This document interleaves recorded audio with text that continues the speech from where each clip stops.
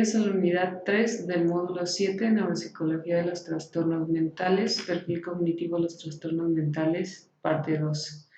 Comenzaremos con el trastorno de estrés postraumático, el cual es un trastorno mental crónico que puede desarrollarse después de la exposición a un evento traumático. Se va a caracterizar por revivir en forma repetida un evento traumático intenso y este puede provocar a su vez una alteración en el funcionamiento individual y familiar debido a problemas médicos, financieros y sociales importantes. En cuanto a los mecanismos neuropatológicos relacionados con este trastorno, vamos a encontrar anormalidades neuroquímicas, que son principalmente alteraciones del sistema noradrenérgico. Este sistema juega un papel importante en la activación del estrés, el miedo, la ansiedad, la vigilia y la atención selectiva. Este lo vamos a ver constantemente activado, sobre todo en áreas hipocampales, hipotalámicas y también de la corteza prefrontal. Por otro lado, vamos a ver una disfunción del eje del factor liberador de corticotropina, hipotálamo, hipófisis adrenal. Este factor también está estrechamente relacionado con el estrés y la ansiedad. Entonces, al haber un aumento de este factor, va a haber una activación o sobreactivación del sistema y también vamos a encontrar una disminución del cortisol, que se considera una hormona antiestrés. Entonces, esto nos va a dar como resultado una mala capacidad del organismo para integrar la experiencia y por lo tanto condicionar la aparición de este trastorno. También vamos a encontrar anormalidades estructurales como atrofia hipocampal, que va a permitir la evocación de memorias traumáticas de manera anómala. En cuanto a su perfil neuropsicológico, vamos a ver que el dominio más alterado en este trastorno es la memoria, ya que se ha encontrado que el recuerdo de información negativa es mejor que el de la información sobre detalles específicos o información contextual. También en cuanto a la atención vamos a encontrar que las alteraciones de memoria van a ser resultado también de estos sesgos cognitivos o atencionales para procesar información sobre amenazas a expensas de información neutral o no relacionada. Esto se les va a llamar sesgo atencional. En cuanto al funcionamiento ejecutivo, vamos a ver un déficit en memoria de trabajo, tanto verbal como visual, principalmente para estímulos relacionados con el trauma y en la toma de decisiones, que va a ser resultado de una reducción del impulso para lograr recompensas positivas. Esto también sucede en el trastorno depresivo mayor. En cuanto a la anorexia nerviosa, este es un trastorno de la conducta alimentaria definido por la restricción de la ingesta de energía en relación con los requerimientos, lo que lleva a un peso corporal significativamente bajo. Estos pacientes tendrán un miedo intenso a aumentar de peso y una imagen corporal distorsionada con la incapacidad de reconocer la gravedad de su peso corporal, que es significativamente bajo. Los mecanismos neuropatológicos implicados en este trastorno vamos a encontrar principalmente anomalías funcionales, donde se ha observado una hipoactividad de la corteza prefrontal y también en la conexión parieto-occipital, que está relacionada con la visopercepción. Y esto es un marco explicativo de las alteraciones de la percepción de la imagen corporal que tienen estos pacientes.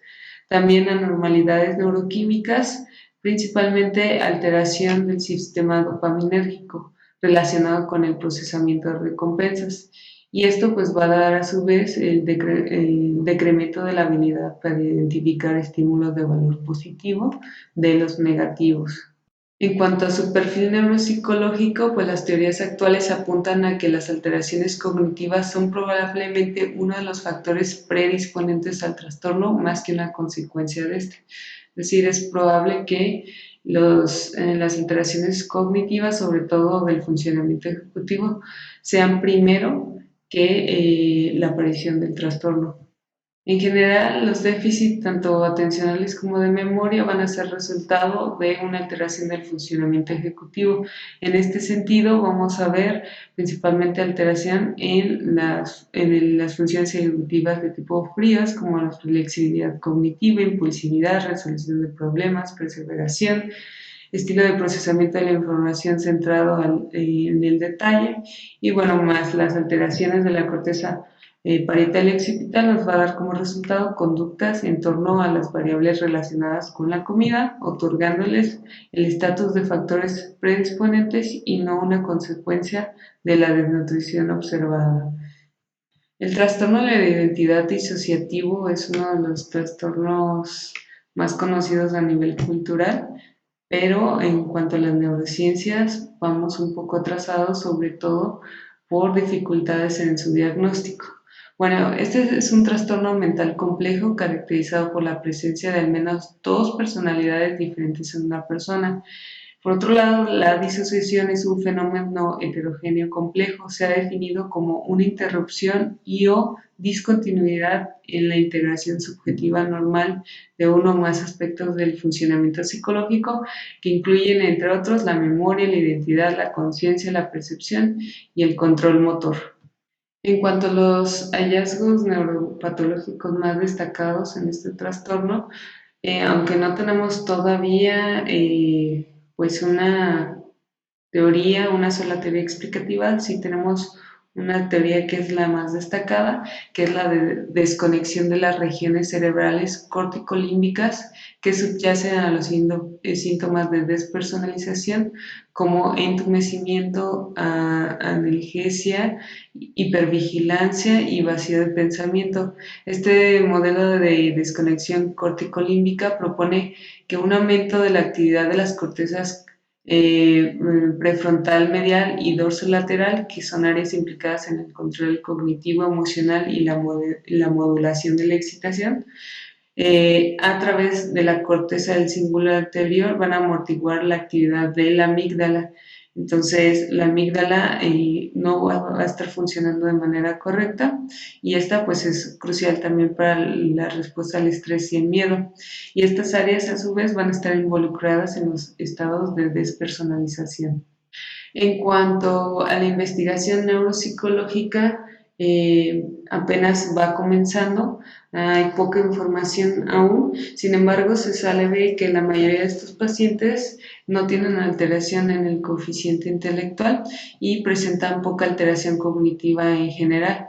Sin embargo, se conoce que ellos presentan algún tipo de interrupción en las primeras etapas del procesamiento de la información, también leves alteraciones en la memoria episódica verbal y visual, poca capacidad para inhibir respuestas erróneas y alteración de la memoria de trabajo visoespacial, pero no verbal. Bueno, continuamos con el trastorno de insomnio. Este es un trastorno caracterizado por la incapacidad para dormir o una falta total de sueño. Puede existir en una forma concomitante a alguna afectación médica o ser de tipo primario, es decir, cuando no existe causa que nosotros podamos discriminar o coexistir con otro trastorno del sueño o trastorno mental.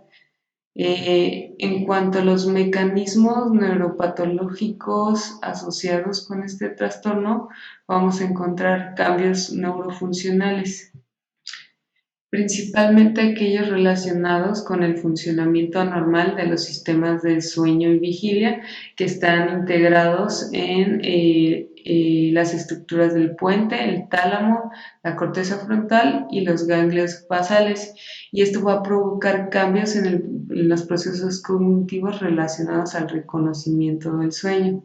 También va a haber un aumento en la actividad talámica, que va a dar como resultado el aumento en el procesamiento sensorial, es decir, ellos tienen mayor sensibilidad a los estímulos externos y entonces esto va a contribuir a su insomnio. Las principales alteraciones neuropsicológicas relacionadas con esta psicopatología, con este trastorno, es principalmente alteraciones del estado de alerta y la atención compleja. En general va a haber un bajo rendimiento cognitivo global, pero estas son las que más se destacan.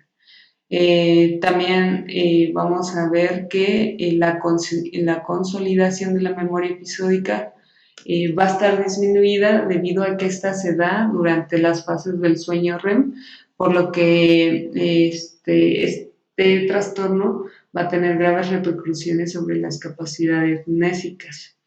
En cuanto a las funciones ejecutivas, pues vamos a ver principalmente una baja velocidad de procesamiento, un grave déficit de la memoria de trabajo visoespacial, pero no en la verbal, en toma de decisiones y en la resolución de problemas. Y vamos a concluir con el trastorno de la personalidad antisocial. Este se define como un patrón dominante de inatención y vulneración de los derechos de los demás. Este usualmente es secundario a la presencia de un trastorno de la conducta durante la infancia o la adolescencia. En cuanto a los mecanismos neuropatológicos, pues primero tenemos factores genéticos predominantes. Sin embargo, estos también van a estar mediados por estrés en el ambiente o en el contexto personal. Otras anormalidades principales son las neuroquímicas, como bajos niveles de serotonina que se van a asociar con problemas en el control de los impulsos y comportamientos agresivos. También la disminución de noradrenalina que predispone a la emisión de conductas antisociales, incremento de la dopamina que hace que la persona tenga la necesidad de buscar sensaciones, además que promueve las conductas irritables y también agresivas. Y por último, pues las anormalidades funcionales de la corteza prefrontal, sistema límbico, el hipocampo y la amígdala. Estas pues están asociadas tanto a funciones cognitivas como las funciones ejecutivas de tipo caliente, sobre todo van a ser las más afectadas. También alteraciones conductuales y antisociales que son propias de este trastorno. En cuanto a su perfil neuropsicológico, va a tener más relación con una alteración global de la cognición social. Va a tener incumplimiento de las normas sociales, impulsividad o fracaso en la planeación, irritabilidad y agresividad, que están relacionadas principalmente con la corteza orbitofrontal. Va a haber una ausencia de remordimiento, se va a sentir indiferente. Y en cuanto a las funciones ejecutivas, pues van a ser principalmente de tipo caliente, pero también va a haber alteración de las funciones ejecutivas de tipo frío.